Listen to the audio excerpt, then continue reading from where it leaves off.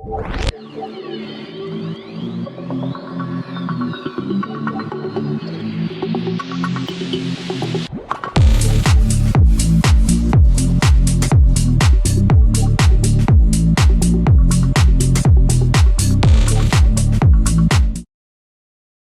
você que está aqui no nosso canal do YouTube. Meu nome é Fábio Machado, sou diretor comercial da revista Referência e estamos começando aqui mais um programa, o podcast Referência. Esse programa vem para completar mais um ciclo da nossa comunicação, que é voltada para a indústria da madeira de base florestal. Já temos as revistas, as mídias sociais, o nosso site e agora para você que acompanha o nosso trabalho, temos o nosso podcast. E o objetivo desse podcast é conhecer mais as pessoas que trabalham em prol do nosso setor, seja no florestal, no industrial madeireiro, no celulose e papel, na biomassa. Então a gente sempre vai estar trazendo um personagem para estar conversando conosco aqui no nosso canal do YouTube. Convido você que está nos assistindo a se inscrever no canal, a curtir aqui a nossa entrevista e também ativar as notificações para acompanhar e ajudar o nosso trabalho aqui. E esse episódio de hoje conta com o apoio da DRV Ferramentas. Quero aproveitar, mandar um abraço aí para o Diego Ricardo Vieira, diretor da empresa, e sua esposa Liliane Cordeiro. Gratidão aí pelo apoio desse programa aqui hoje com o podcast Referência.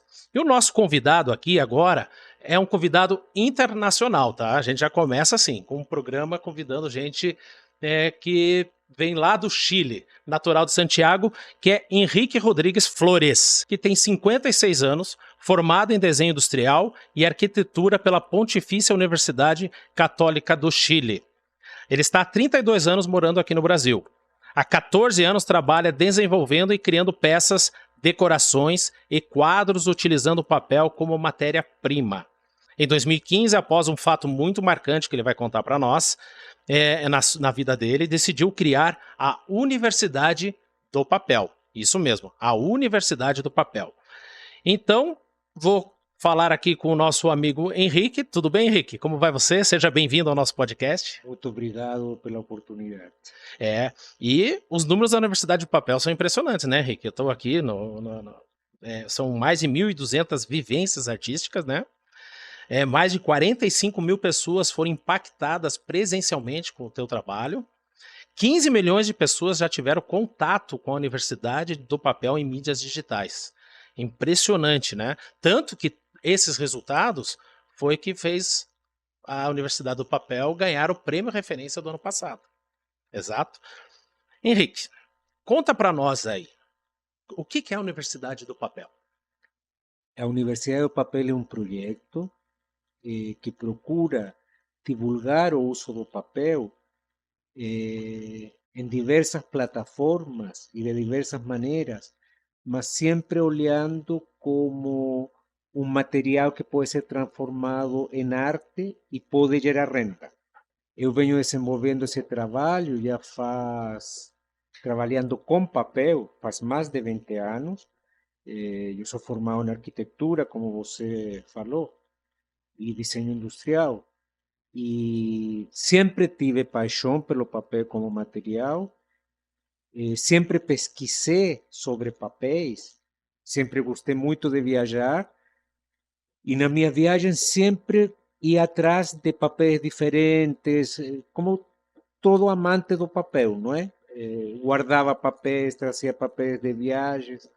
E chegou um momento na minha vida que decidi transformar isso num ofício e ver de que forma eu podia, sobretudo 20 anos atrás, quando quase não se falava de papel, não é? O papel era considerado um meio e um suporte secundário, era muito mal visto o papel, não era quase visto como uma coisa descartável, sobretudo no universo da arte, do design. Então, meu primeiro desafio foi crear um suporte para esse material. E aí eu comecei a desenvolver produtos na área do design. Luminárias, porta-retratos, objetos. Desenvolvi linhas para toque-estoque, para algumas empresas fora do país, etc. E essa familiaridade com o papel me foi fazendo cada vez entender mais sobre o material mas é um trabalho de formiguinha, não é? Sim. De poder ir mostrando para as pessoas que isso era papel, porque as pessoas não conseguiam entender. Daí, em um certo momento, eu comecei muito para o Japão, que o Japão, por tradição, não é? O Sim. papel é considerado quase um material sagrado. É utilizado muito nos cerimoniais. Ele é muito valorizado. Isso vem daquela tradição do origami também? Isso vem, na verdade, de... O papel nasceu na China, não é? Ah, sim. Mas os japoneses pegaram esse material e o sofisticaram, tanto que até hoje eu importo papéis do Japão que são fabricados ainda com técnicas milenares, onde eles misturam com ouro, com prata, porque o tradicional papel de arroz que se conhece aqui no Brasil, que é o mais tradicional que se conhece como papel japonês, ele é utilizado para embrulho, não é? Então, toda essa pesquisa em relação aos papéis japoneses me levou a cada vez mais ir dando essa categoria de arte, não é? E de levar isso para o trabalho artístico. Até o ano 2015, que é quando eu criei o projeto da Universidade do Papel. Como que você criou esse projeto? Conta para nós aí. Na verdade, nasceu, como você também comentou na introdução, Aqui me passaram que foi com um fato muito marcante na tua vida. eu estava escalando os Himalaias no Butão, o ano de início de 2015, e eu tive um infarte. Só para vocês terem ideia, Himalaia fica no país Butão, né, que é próximo ali de Nepal, Índia, né, na Ásia. E quantos metros de Eu estava altura? escalando, estava a 4.800 metros de altura, 4.800 metros de altura. Esse com, ar rarefeito lá é... com 10 graus negativos, Nossa. com etc. E então foi um processo muito traumático, não é? Daí você infartou subindo esse... durante a... Subindo na escalada, eh, aconteceram diversas situações que eu consegui ser trasladado ao Brasil. Como que foi esse processo? Porque você estava subindo, você infartou a 4.800, é coisa de filme isso. E daí, como que te trouxeram? Helicóptero ou foi... Como que foi essa... Você foi até onde depois? Eu fui para a Índia, para Nova Mas Delhi, desceram você com maca? com maca, porque o Butão não tem estrutura hospitalar nenhuma, não é? Não. É um país, é um dos países mais fechados do mundo, Sim. não é? Uma economia totalmente rural, não tem estrutura zero. E o mais perto que tinha era Nova Delhi, na Índia, e daí, bueno, se viu que tinha que se fazer uma cirurgia, não era uma coisa simples que poderia ser resolvido através de um stent, ou tinha que ser cirurgia, e aí era bem complexo, não é? Porque fazer uma cirurgia de alta complexidade em um país como a Índia, onde tem a dificuldade de idioma, etc., Sim. não é outra cultura, outra... aí eu acabei sendo trasladado a São Paulo e fiz a cirurgia em São Paulo, Então você ficou esse período todo infartado. todo infartado. Foi bem pesado e bem traumático. Mas então, todo esse Certo. processo me fez questionar, não é? Todo o que eu tinha feito até esse momento, o porquê tinha sido dada essa oportunidade, eu tinha tido essa oportunidade de sobrevivência, não é? Sim. E de que maneira eu poderia aproveitar essa oportunidade, ou pouco ou muito. Aí eu acho que tem um conceito que eu tenho pensado muito sobre ele, que é o da finitude, não é? Eu acho que nesses momentos, quando você começa a entender um pouco que nosso passo é fugaz, voraz e finito. Então eu falei, eu acho que eu preciso aproveitar essa chance, tirar um proveito de tudo isso que aconteceu e ver como eu posso devolver um pouco ao Brasil, inicialmente, não é, que foi o país onde eu me formei profissionalmente, onde eu construí minha carreira, onde eu tive a oportunidade de trabalhar com arte, Sim. porque o Brasil é um país, por ser muito jovem, por ser multicultural, ele é um país que está muito aberto a tudo, não é? Eu sempre pensei, eu tinha a possibilidade de ter continuado na Europa, de ter continuado no Chile, mas são sociedades mais fechadas, não é? Onde é mais difícil você trazer novas ideias. E de repente eu percebi que o Brasil, São Paulo, não é? Eu moro em São Paulo. São Sim. Paulo também é uma cidade absolutamente multicultural. Eu vi a oportunidade para eu poder realmente, para a gente, nadar de braçada, no sentido de o que eu quisesse fazer, era possível fazer. E eu sempre falo isso, eu acho que São Paulo, nesse sentido, ela está na mesma altura que Nova York, que Londres, Berlim, que as grandes capitais culturais, onde você tem todas as possibilidades, não é? Sim. Então, tinha esse agradecimento e de que maneira eu poderia, de alguma Contribuir, forma, né? contribuir com o trabalho que eu tinha realizado até esse momento, que eram anos de pesquisa em relação ao papel, e aí surgiu a ideia, então, de criar uma universidade do papel, que na verdade é um nome figurativo, porque não Certo. é uma, nunca teve a pretensão Sim. de ser uma universidade para impartir cursos, para era mais um pouco para chancelar e ter um espaço onde se pudesse discutir o papel, não é? Desde diferentes frentes, trazer a indústria do papel, que até esse momento eram universos que estavam muito distantes, não é? Uma coisa era a arte, Sim. outra era a indústria, e eu acho que esse é o trabalho que temos desenvolvido desde a criação. A universidade começou em julho de E começou como um 2015. projeto social. Foi assim. Começou como um projeto social em Paraisópolis, eh, Que é uma porque comunidade lá em São Paulo, é uma Paraisópolis, né? favela. É. Como eu já trabalhava na área corporativa, junto, sobretudo, a hospitais, então o Einstein, que é um hospital de Sim. referência, eles têm um projeto dentro de Paraisópolis. Eles têm um Certo. hospital modelo para atender toda a população carente e eles também impartem muitos cursos profissionalizantes. Então, casava muito bem a ideia de poder enseñar un oficio para gerar renda com o projeto do Einstein, que era justamente formar pessoas de uma forma mais rápida, mais simples, para que eles pudessem gerar renda. Assim que começou. E dentro desse projeto, quando você estava no Einstein, o teu infarto, você teve um projeto junto com o Drauzio Varela?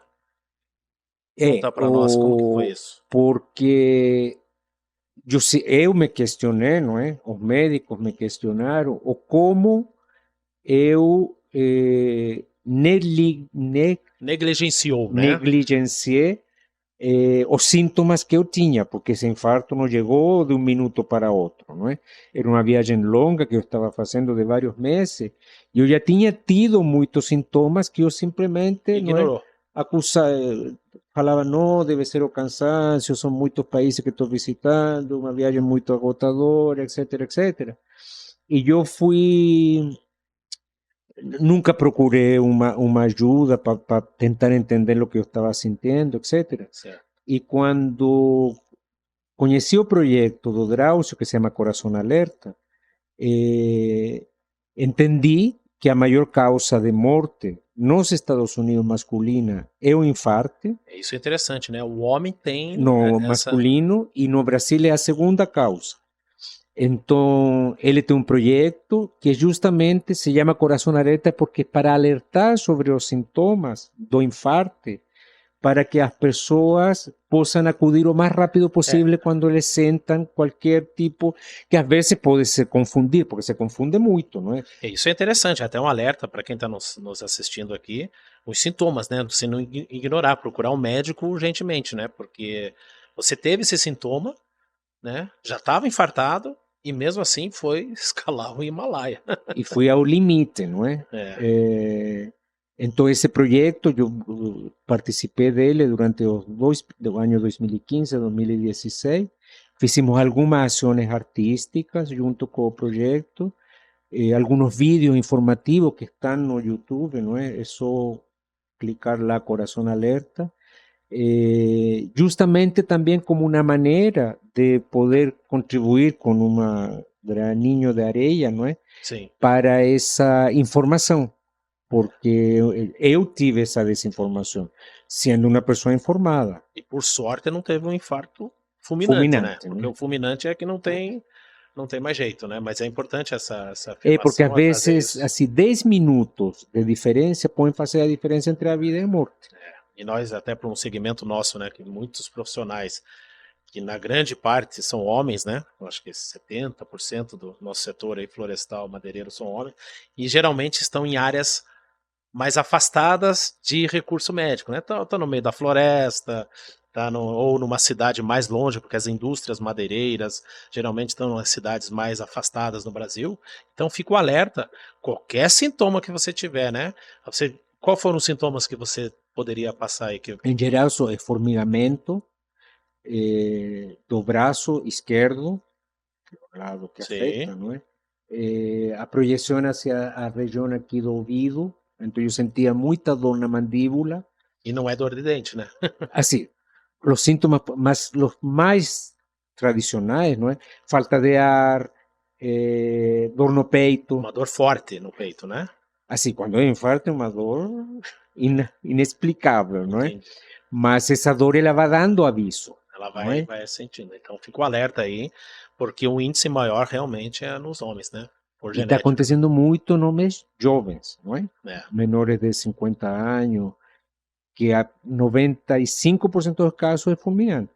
é. Temos que tomar cuidado com a alimentação, fazer exercícios, enfim. A Universidade do Henrique, na Universidade do Papel, ela também se aventurou em outros países, né? Já teve no Peru, no Chile e na Colômbia, Na né? Colômbia. Conta para nós como que hoje, eu acho que é só no Brasil que está a Universidade do Papel, Porque depois da pandemia, da pandemia, né? É, nós tivemos que dar establecer um novo foco, até porque nossas atividades elas eram muito massivas, não é? Então, e teve, primeiro, eu como paciente de risco, não é? sim, Eu fiquei encerrado 2 anos, ano 2020 e 2021, totalmente encerrado, porque era um paciente de muito risco, não é? Em relação ao vírus. Então, nós acabamos desfazendo nossas parcerias, tanto no Chile como na Colômbia. No Chile nós tínhamos uma sede em Santiago, na Colômbia em Medellín, e nós focamos em São Paulo. E também nos dimos meio que um giro para fazer uma pesquisa muito mais aprofundada e estabelecer um relacionamento muito mais estreito com a indústria, que na verdade o DNA do projeto apuntava um pouco a isso, não é? De poder aproximar esses dois universos e criar a cultura do uso do papel não só como um material cotidiano e descartável, sino que com a pandemia cresceu absurdamente, não é? Porque sim. hoje, cada vez mais, todo é feito em papel, não é? O papel está ocupando lugares, não é? Já na Europa, refrigerantes, está tudo sendo feito em embalagens de papel, que eu acho que em breve vai chegar ao Brasil. Sino que também trazer isso para a arte e para o design. É, isso que você falou agora é bem interessante, né? Uns 6 anos atrás, eu participei de uma reunião na BTCP em São Paulo, que estavam lá vários diretores de várias grandes indústrias de papel e celulose do Brasil. E você lembra daquele caso que teve da tartaruga marinha, que teve que achar ela morta com um canudo de plástico. Que lá Aí tinha, criou-se o movimento, vamos fazer canudo de papel, né? Criou-se o movimento. E eu fiz um questionamento isso na época, e muitas indústrias naquela época utilizavam copos plásticos dentro das próprias indústrias. Qual a tua opinião nesse movimento das indústrias de papel? Assim, eles estão já se movimentando a partir de dentro da própria indústria para a sociedade, para a utilização maior do produto papel, seja ele no canudo, no plástico, no copo ou na sacola também do supermercado? eu acho que sim, não é? Porque eu acho que a própria pandemia, ela trouxe, assim como trouxe a aceleração em todo o universo virtual, não é? Que acelerou muito todos os processos que já vinha em andamento. Eu acho que o delivery, sobretudo, acelerou isso absurdamente. E eu acho que só não tem acontecido mais rápido porque o mercado no Brasil ainda não tem a capacidade para atender a demanda, não é? Tanto que você vê as próprias, gente, a Valmet, que é uma empresa Sim. de maquinárias para a indústria do papel, que eu trabalho faz muitos anos com ele. Eles estão comprando hoje indústrias de papel, está todo mundo investindo no papel. Não só no papel como para o delivery, como o papel tissue, por exemplo, que é o Sim, papel que se usa sobretudo para papel higiênico, é. não é? Papel higiênico, toalhas, Guardanapo, papel toalha. papel toalha. É. Gente, isso assim está crescendo absurdamente. Inclusive, eu estava assistindo uma palestra uns meses atrás, que era um dado que eu não tinha, não é? O aumento no mundo do uso do papel higiênico. Sim. Porque até um tempo atrás ainda, em muitas regiões da África, A China não, da não própria conheço. América Latina, a China, se usava papel jornal.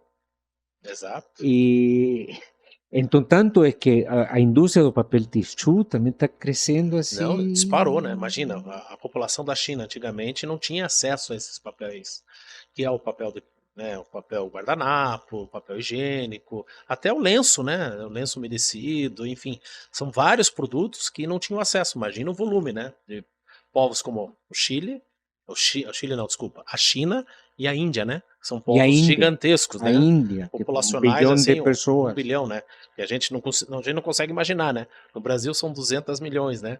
Imagina, na China são quase 2 bi, né? Tá chegando. Então é uma loucura, né? É uma loucura. O volume, E né? tanto é que você vê que o Brasil, que é o maior exportador de celulose do mundo, já não está dando conta, não é, de atender a demanda. É, Porque isso que você falou, porque antigamente eu lembro, quando a gente ia no supermercado, tinha sacola de papel, aqueles papelão. Só que eles antigamente sofriam, acho que a tecnologia nossa não era tão boa do papel, que quando eu colocava leite, carne, qualquer coisa que umedecia o papel, ele furava, né? Daí dava, quebrava aquela refrigerantes que eram com vidro, era um desastre. Daí que o plástico substituiu, né? penetrou nesse mercado, mas a gente sabe os malefícios que a sacola plástica traz ao planeta, né? E hoje, eu acho que com essa tecnologia, nós temos totais condições de colocar esse produto novamente nos supermercados, né? No Brasil todo. Agora, mas você colocou numa questão: será que a indústria está preparada para atender essa demanda, né? Porque é uma demanda altíssima, né? Absurda, não é? Absurda. Por exemplo, o Chile, já por lei, faz muitos anos que o plástico foi totalmente eliminado. Então, primeiro, a pessoa já tem a cultura de levar sua própria sacola, não é como na Europa, sacola de tecido, mas se você quiser uma sacola, você paga, como você faz aqui com a sacola, só que é sacola de papel, não é? Por lei, canudo, todo é papel. Eu tenho percebido agora também que já as linhas aéreas, não é? Todo o que eles sirvem agora é copo de papel, não é? É, O que te exatamente. serve, nada, não é a água que te sirve, mas é um copo Copo de de papel. papel. Tá vendo essa cultura, essa É, mudança, né, Henrique? E me diga uma coisa também, voltando porque você começou com um projeto social, agora você está focado nas indústrias, né? Que é esse trabalho aqui, esse aqui é um exemplo, né, de um trabalho que você faz, né? Como que é esse trabalho aqui que você...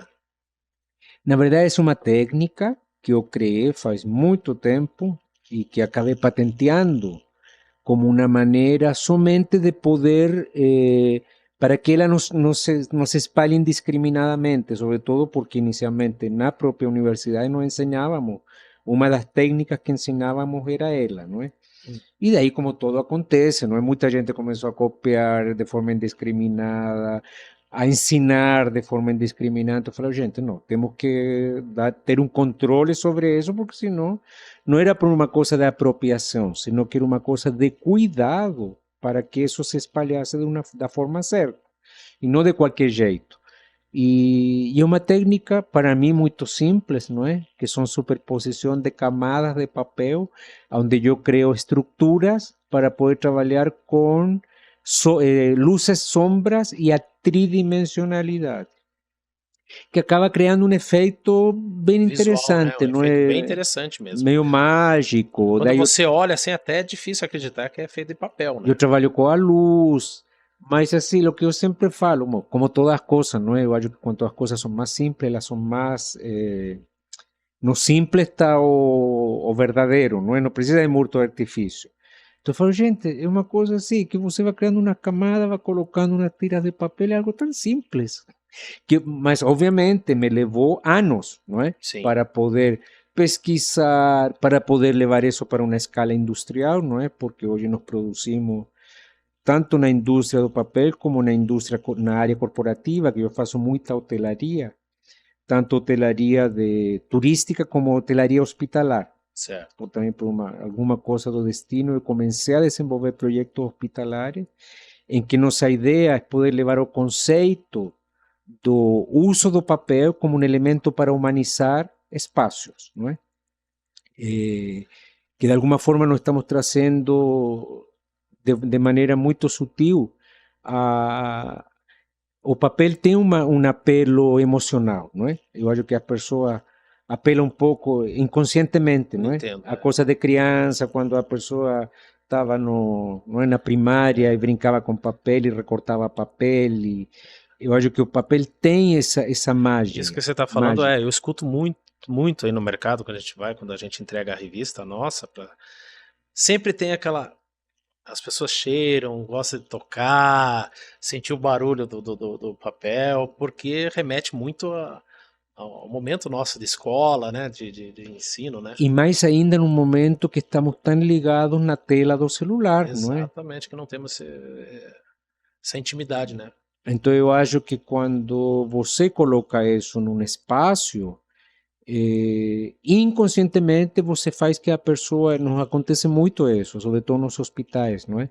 Nós recebemos muito feedback das pessoas. E essas parcerias com as indústrias, eles te fornecem esse material, a matéria-prima, o papel, como que funciona? Você, como que você trabalha com elas assim? Na verdade, nossa ideia é nos personalizamos.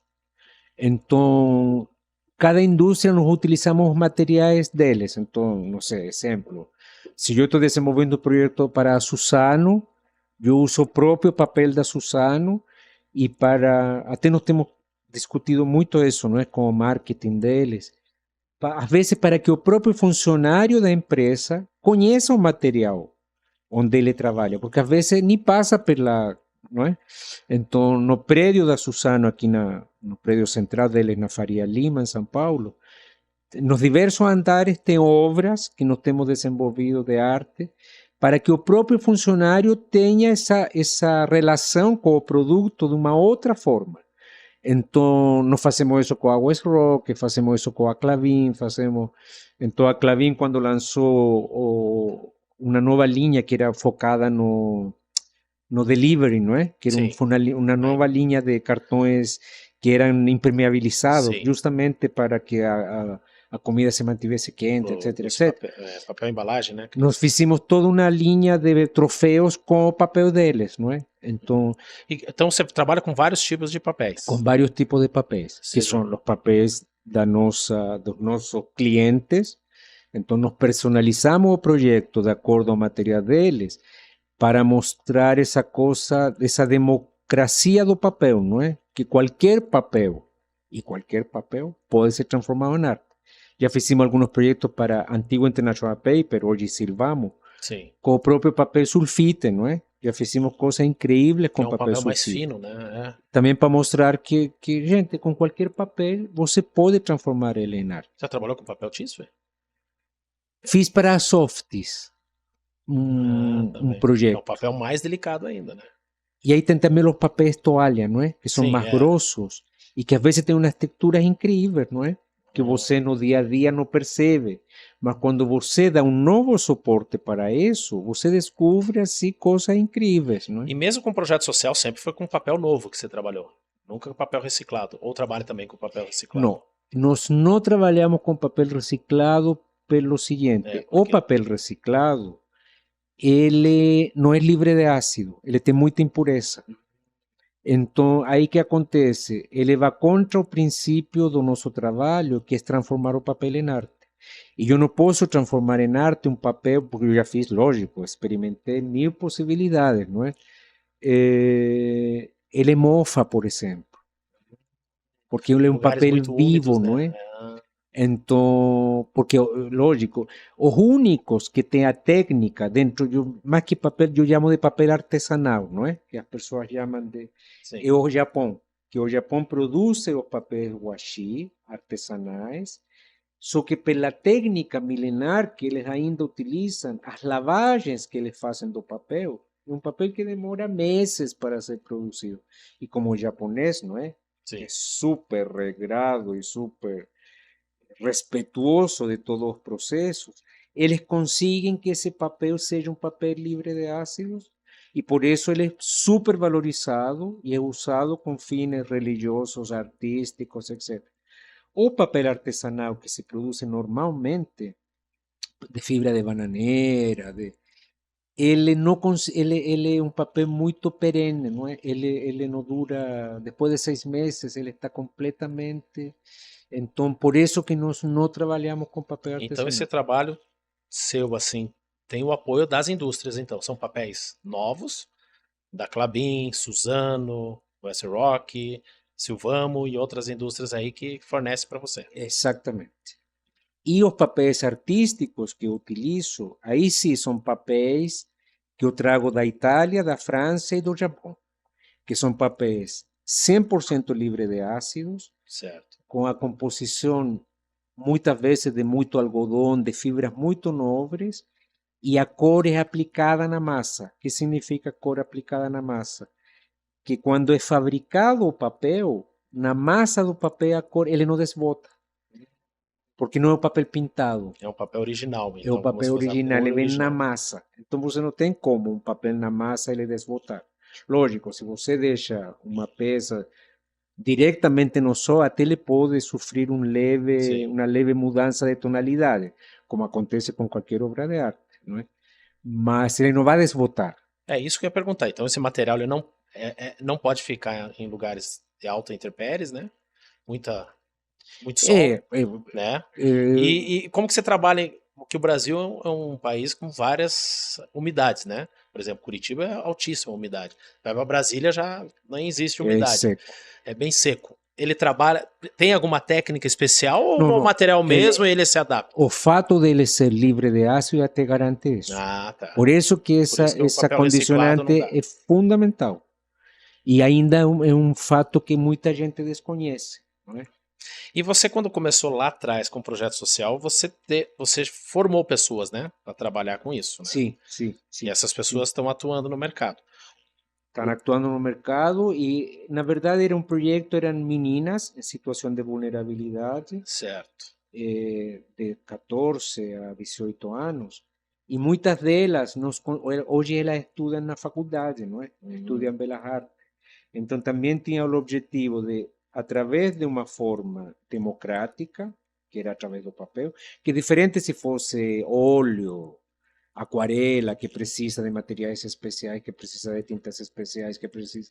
Não, nós tentávamos dar os materiais mais simples para que essas pessoas que já viviam em situação de vulnerabilidade pudessem, de uma forma fácil, não é? Sim. Exercitar esse dom e muitas delas hoje estão formando-se em carreiras de arte dentro em faculdades, não é? E daí, durante a pandemia, você mudou esse foco, né? Hoje você está trabalhando diretamente com as indústrias. Foi uma decisão, não Foi é? uma decisão. Então que eu precisava tomar. Ou eu continuava no ensino, ou nessa atividade mais filantrópica, ou eu ia para o que na verdade era a essência do meu trabalho, que era poder instigar a indústria para que entendesse que poderia ter um novo olhar sobre o próprio material que eles produziam, não é? Eu acho que esse era e é ainda o grande desafio.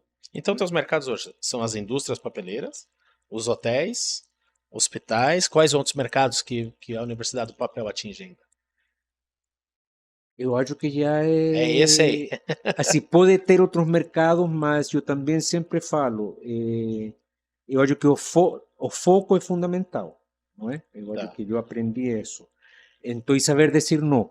porque na verdade, como projeto e como produto, ele é muito sedutor. Nós recebemos muitas propostas, não é? Certo.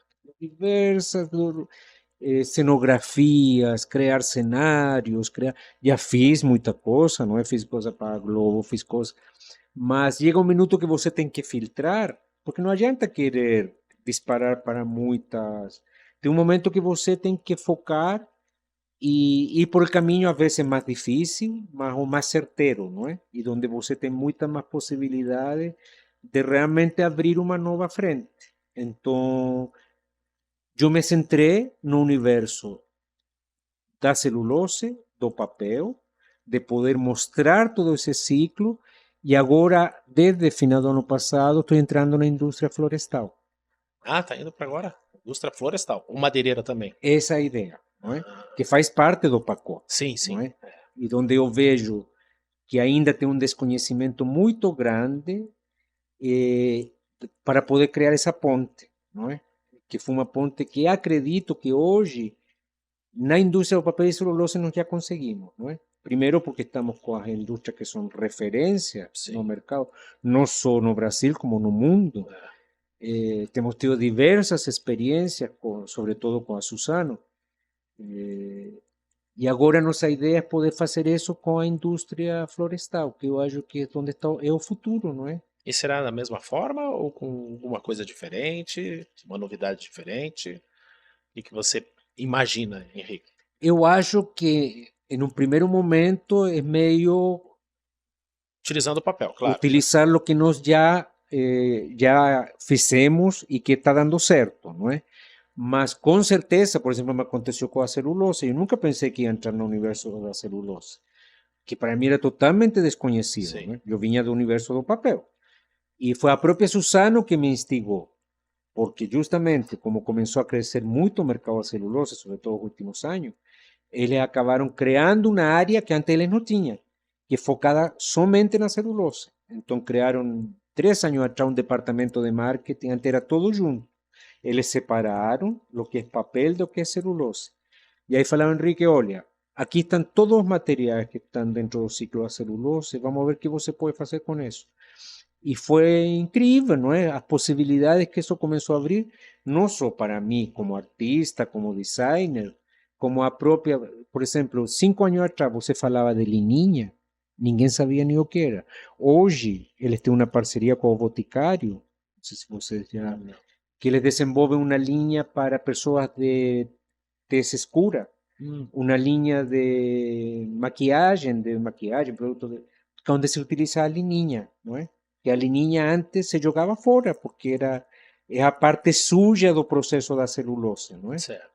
Então, Tudo se aproveita, né? e de uma forma totalmente inusitada, não? Então, seguramente, quando eu começar a entender mais sobre a indústria florestal, com certeza vão aparecer desafios que hoje eu desconheço. Certo. Não, legal, Henrique. A gente vai chamar um breve intervalo, rapidinho. Daqui a pouco a gente volta.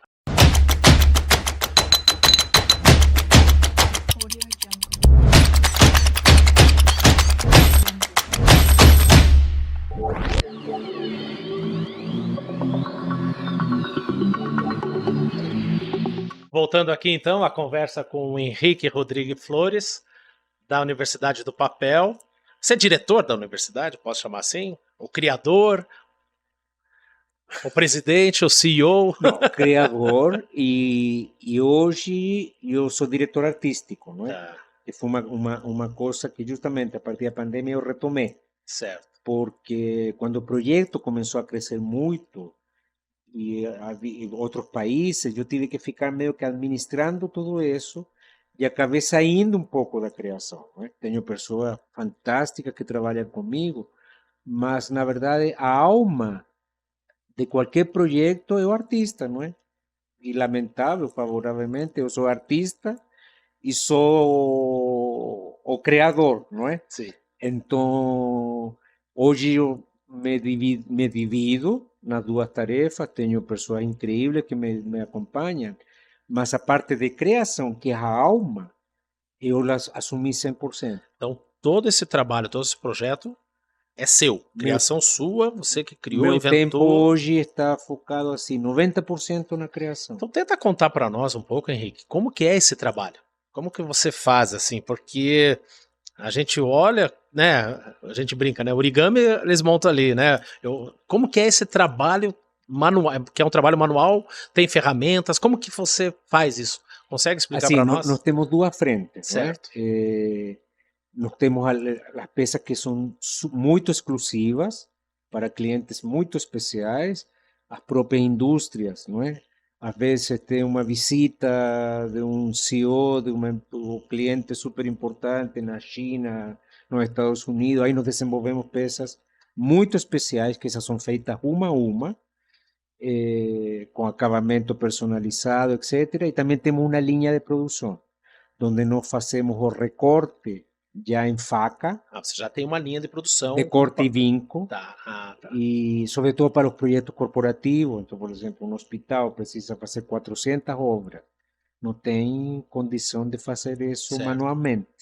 Mas o acabamento é manual, O não é? acabamento é O manual. acabamento é manual, ou seja, aplicação de cores.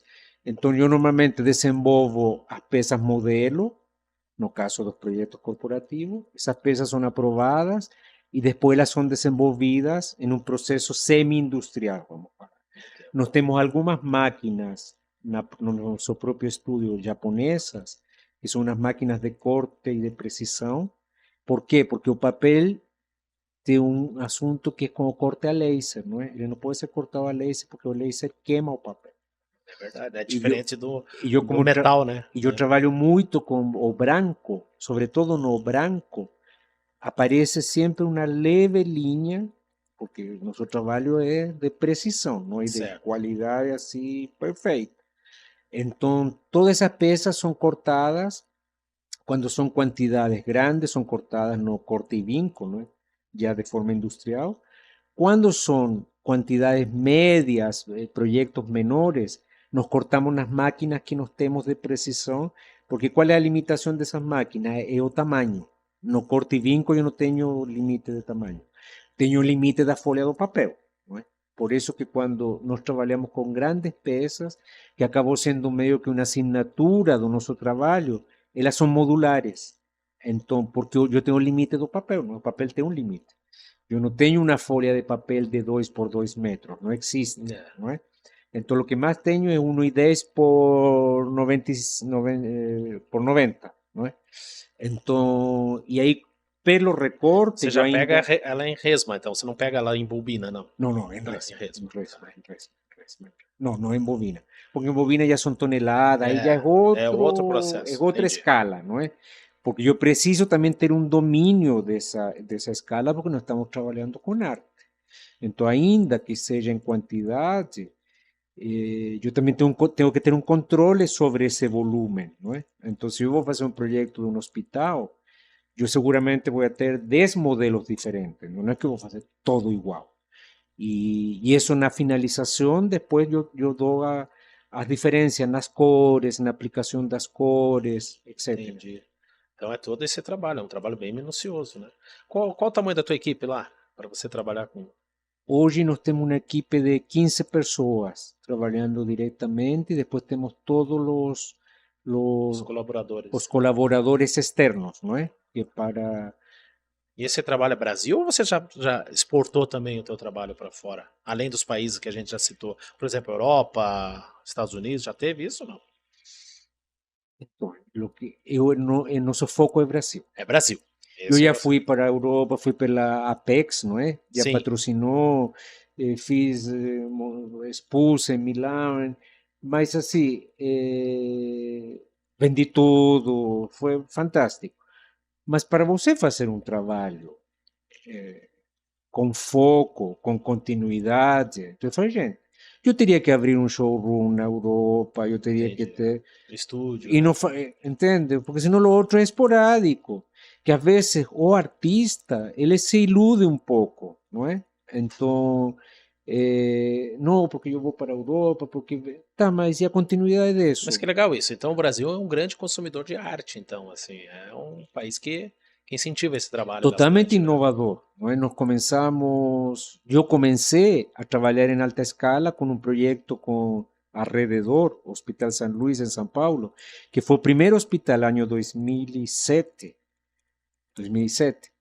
Foi o primeiro hospital no Brasil que nasceu já com o conceito de incorporar a arte como um elemento arquitetônico dentro do projeto.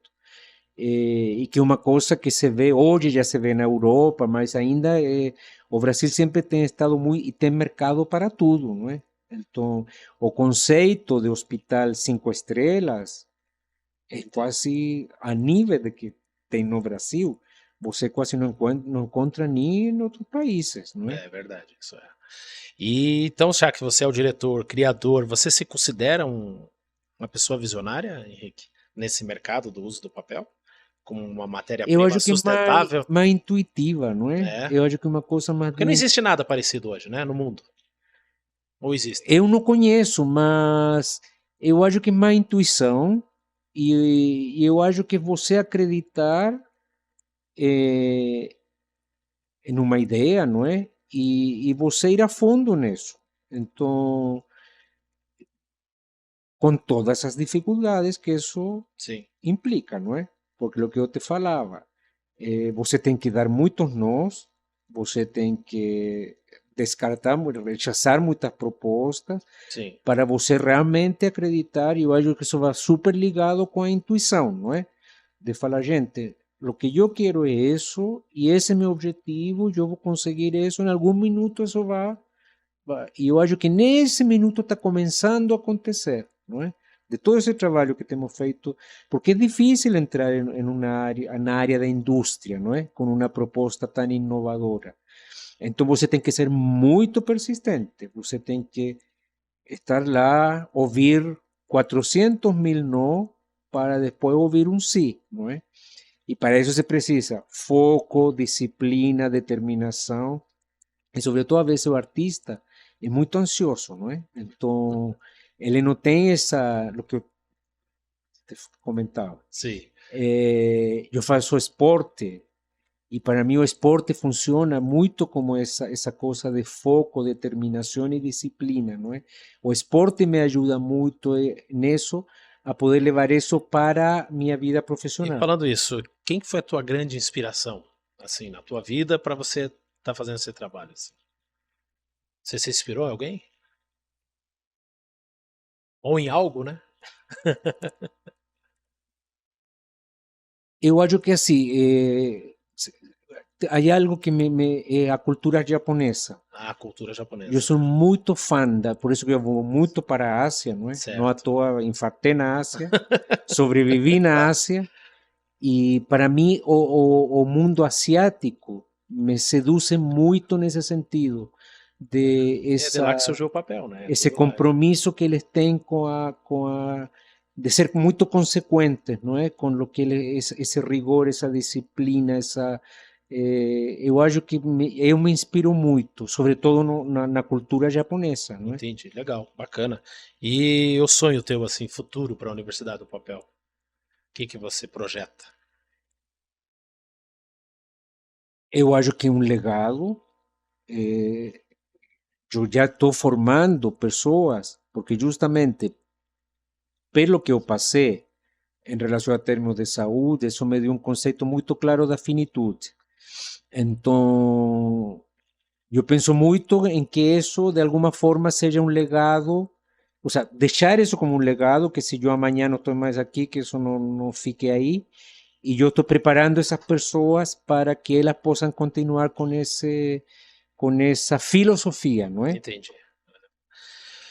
Henrique, nós temos um quadro aqui, quando a gente já vai chegando aí no final do programa, que são perguntas rápidas, e daí você justifica para nós aqui. O nome do quadro é Quem é referência para você, tá? A gente vai jogar algumas imagens na tela, e daí você diz se é a referência ou não para você isso aí. Isso é um teatro, né? Onde você toca uma música que é ópera, né? Isso é referência para você? Sim. A ópera, y no só é referência, como é uma de minhas grandes fontes de inspiração, porque eu desde criança, por um assunto cultural, Yo ya a los 4 años yo asistí a mi primera ópera y que mi familia, ¿no? Tiene una influencia europea muy fuerte. Yo acho que trouxe esa cultura de que a ópera es una cosa bien europea, ¿no? Sim. Y entonces yo aprendí a oír ópera desde crianza. Entonces esa es una de mis grandes paixões. E sempre quando dá, porque São Paulo é um grande lugar de eventos. Você vai muito em óperas em São Paulo? Tem muito lá ou não? Assim, o Brasil ainda, a cultura da ópera, quando eu cheguei 30 anos atrás, bom, era zero. Hoje ainda Não desenvolveu não conseguiu.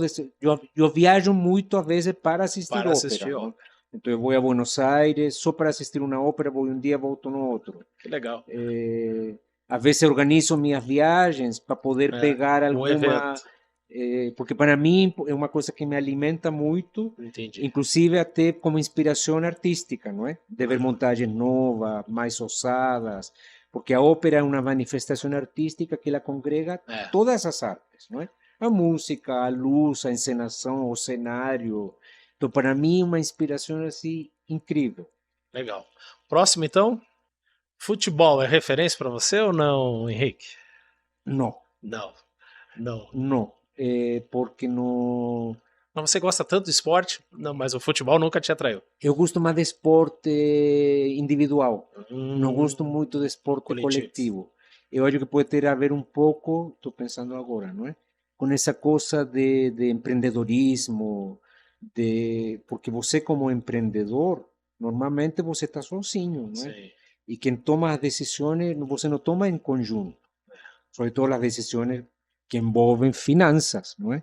Então, quando eu tive que tomar a decisão no início da pandemia de fechar as sedes no Chile e na Colômbia, foi uma decisão que eu tive que tomar eu comigo. Não? Até eu discuti com algumas pessoas, mas todo mundo me fala, Henrique, a decisão é tua. É, isso é uma vantagem que por exemplo, eu falo aqui que eu tenho sócio, Pedro Bartoschi Júnior, né? A gente está há 25 anos já, sócio nessa caminhada. E isso ajuda muito, porque tira esse peso de uma decisão Óbvio. sozinha, né? É um chefe teu, né? Um sócio é um chefe, que é importante, né? Porque você Dá um dá o contrapeso, não é? contrapeso e as decisões também são duas cabeças pensam melhor que uma, né? Todo tem seus prós e É, contras, não é? Por outro mas aí também lado, muitos empresários se sentem assim, como você está falando mesmo. Viajar. Viajar é referência para você? eu acho que é a grande referência, não é? Eu acho que isso vem do meu espírito desde criança, não é? Eu, aos 13 anos, eu já viajava sozinho. Meus pais também me deram essa Essa liberdade, confiança confiança. e liberdade e os meios para fazer isso, porque 40 anos atrás, ainda uma criança, não é, de 13 anos viajar sozinha. Então, eu nasci no Chile, mas eu sabia que não ia ficar no Chile, isso eu tinha super claro. E você conhece muitos países já? Ah, Conhece muitos países no eu mundo? acho que já Já estive os nos 5 cinco continentes. continentes. Que maravilha. É, eu ainda não tive. África, Ásia, Oceania, Europa. América e Europa. É, Viajar me dá o gás para poder. é muito bom, né? Eu também, eu gosto eh, muito de viajar. Alpinismo. Isso é referência para você? eu diria que mais que alpinismo é montanhismo, Ah, é monta. Qual que é a diferença? Conta pra. porque o alpinismo é quem escala já a nível Ah, escalada de rocha, já é um olha, eu nível. achei que alpinismo é por causa dos Alpes, não tem nada a ver então. Pode vir dos Alpes, mas Ele tem como um desafio maior. ele já são palavras maiores, não é? São já profissionais. E o montanhismo ele é mais recreativo. Então, e por eu ter nascido num país de montanha, Entendo. nós temos uma familiaridade muito próxima, não é, com a montanha. Então, eu já praticava na E universidade. depois do infarto, você voltou a A fazer o voltar, montanhismo? não. Ainda não. Mas agora este verão estive na Ásia, fiz alguns trekking. Mas pretende voltar. Pretendo voltar, com certeza Everest? absoluta. Brasil, referência para você? Assim, Brasil para mim é o país que eu adoptei como meu, não é? Tanto é que eu, em muitas coisas que tenho feito fora do... Eles falam o brasileiro, não é? Nem me reconhecem como... Eu só não me naturalizei brasileiro porque eu perderia minha nacionalidade, sobretudo a espanhola, Você... que para mim é importante porque me facilita. Teus Não pais eram preciso... espanhóis, né? Meu pai é espanhol e minha mãe é de família alemã, Ah, porque o Chile teve uma colonização alemã muito forte, não é? tá. No Chile a colonização alemã e inglesa foram muito importantes. A espanhola foi mais no lado do Atlântico, mas meu pai foi para o Chile. E então eu tenho nacionalidade espanhola e isso me facilita muito para viajar. Ah, sim. Então só por esse fato não me tenho naturalizado, porque se eu me naturalizasse eu teria que renunciar à nacionalidade espanhola, ficaria só com a chilena. Então, mas assim, o Brasil é o país eu escolhi, não é? Morar, foi uma escolha, não foi imposto, foi uma escolha que eu fiz de vir morar aqui. E aqui sempre me senti. Eu acho que o Brasil é um país que acolhe muito ao estrangeiro, não é? É um Tá, país, não existe xenofobia, não existe. Ao contrário, não é? tá. Vamos ao próximo e último. Henrique, inteligência artificial. Esse movimento do IA. Assim, eu acredito, eu ainda sou muito neófito, não é? Nesse tema, até porque justamente o que eu faço é resgatar ou fazer, não é? Tanto que todo o que eu desenvolvo, nada é feito no computador. Eu faço tudo na mão, depois isso é transferido, tem outras pessoas que trabalham comigo, Sim. que transformam isso em arquivo, em PDF, para ir para os cortes, etc. Mas, assim, eu acho que um mundo que está cada vez mais de forma acelerada, não é? Chegando para nós, e penso que nós vamos ter que começar a aprender a lidar com isso, mas obviamente eu acredito que o homem ele ainda vai estar sempre presente nessa interface, porque senão se nos escapa das mãos, não é? Porque isso está assustando muita gente, né? Muitos profissionais. Até eu pergunto por causa do lado da arte, né? A inteligência artificial ela até cria algumas coisas assim. Isso te deixa um pouco É que eu acho achando que, ela como inimiga ou como uma aliada? não sei se uma aliada, mas eu acho que existe uma contraposição. Então, à medida que eu já tenho visto, não é? Coisas Sim, artísticas na sim. inteligência artificial, Eu assim, não tenho poder de se falar se é melhor, incríveis, não pior, é? mas é. Mas é um campo que existe, que cada vez vai ser mais explorado, mas olha que em contraposição, o resgate do feito pela mão, ele vai ficar muito mais, vai ter uma procura, é a história da tela do celular, não é? Sim. Que vai chegar um minuto que eu acho que já hoje, em relação à tela, nós estamos tão bombardeados de informação. Eu tenho visto, inclusive a propósito que você falava da universidade, tem muita gente, não é, que me pede, você tem que voltar com a universidade, com as vivências. Al menos eu tenho visto isso em São Paulo, estão se cada vez criando mais espaços onde as pessoas vão fazer atividades manuais, executivos de grandes empresas, etc, etc, porque está precisando para poder dar um respiro, não é? É. Porque a informação, hoje em dia com o home office, com o sistema híbrido, está todo mundo tão ligado. Sabe que eu escuto muito isso também, porque nós trabalhamos com a revista impressa, né? E as pessoas, quando recebem, já relataram isso para mim, que é um momento de calma e prazer que eles têm quando vão ler a revista. Por quê? Porque é um momento onde eles estão focados num assunto e desligado, vamos dizer, infelizmente, né, do mundo, porque o mundo está aqui, né? Então a revista ela tem esse poder, né? E esse trabalho que você falou do trabalho manual, os trabalhos offline, eles são tão importantes para você relaxar a mente humana que é um estudo que precisa ser feito. E necessários, não é? Necessário, né? Porque senão a pessoa É. tem o burnout, tem toda essa, Tem vários, não vários. é? Que se a pessoa não dá uma pausa, Exatamente. Então eu quero agradecer a tua presença, tá, Henrique? Muito obrigado por participar desse programa do podcast. Um agradecimento à DRV Ferramentas, que apoiou esse programa, tá? E eles mandaram um brinde para você, um presente bem bacana. Vou entregar para você aqui, né? um presente da DRV Ferramentas, do Diego Ricardo Vieira, da Liliane Cordeiro. Vê se você... É uma faca. Abra ali para mostrar que é uma faca personalizada. Olha lá. Da DRV. Esse é o brinde aí que a DRV está presenteando. Faca para churrasco. Churrasco. Você faz churrasco? Ah? Faz churrasco? O chileno faz churrasco ou não? Não tem muita tradição, não é? Porque se come muito fruto do mar. Ah, maravilha. Então tá bom, gente. Agradeço a audiência de todos. Um forte abraço. Até o próximo programa do Podcast Referência.